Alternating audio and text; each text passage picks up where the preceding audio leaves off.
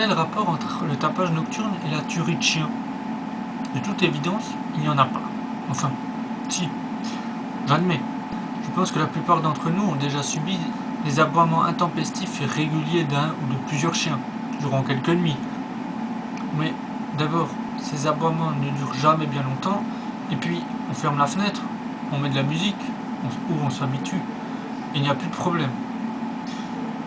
Alors, je ne prétends pas que les aboiements sont normaux et qu'il faut s'en accommoder, bien sûr que non.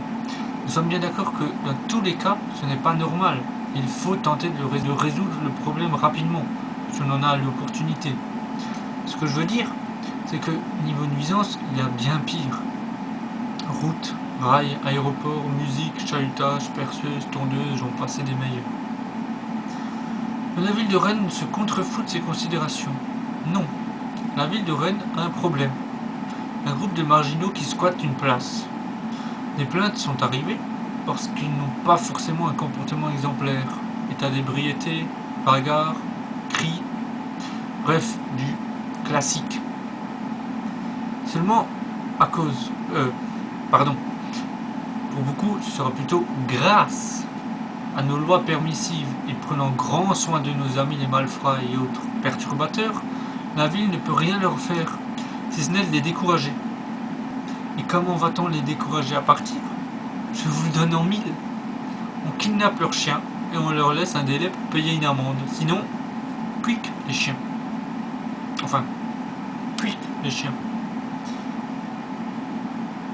Parce que, bien évidemment, ce sont les chiens la clé de tous les problèmes. On les accuse alors d'aboyer des heures durant. Oui, ok, mais si leur mettant à côté, n'est-ce pas au maître qu'il faut s'en prendre? Et un riverain de poser la question ultime. Qu'attend la ville pour réagir? Qu'un enfant se fasse mordre? Bien sûr, prendre cet exemple douteux pour faire peur aux bonnes gens qui vont pouvoir trouver légitime qu'on kidnappe les chiens et qu'on les tue.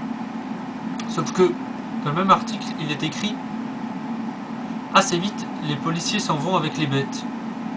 En clair, les chiens n'étaient pas vraiment agressifs. Quant aux nuisances sonores, comme dit, si le maître à côté, c'est de son entière responsabilité.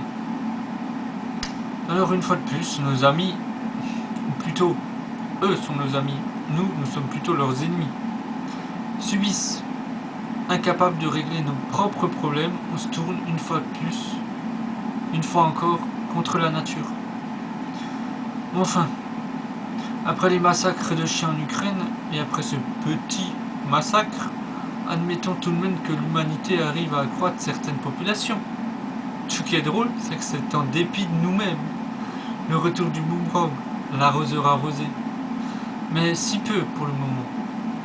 Car oui, la population de méduses s'accroît partout dans le monde, ayant de moins en moins de prédateurs grâce à nos bons soins, et avec un accroissement des algues vertes de leur alimentation grâce à notre chimie et ses dérivés, la méduse est heureuse.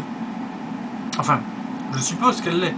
En tout cas plus que les loups, chiens, tigres, éléphants, pandas, lynx, ours, hamsters. Je m'arrête là, sinon je ne finirai jamais cette liste.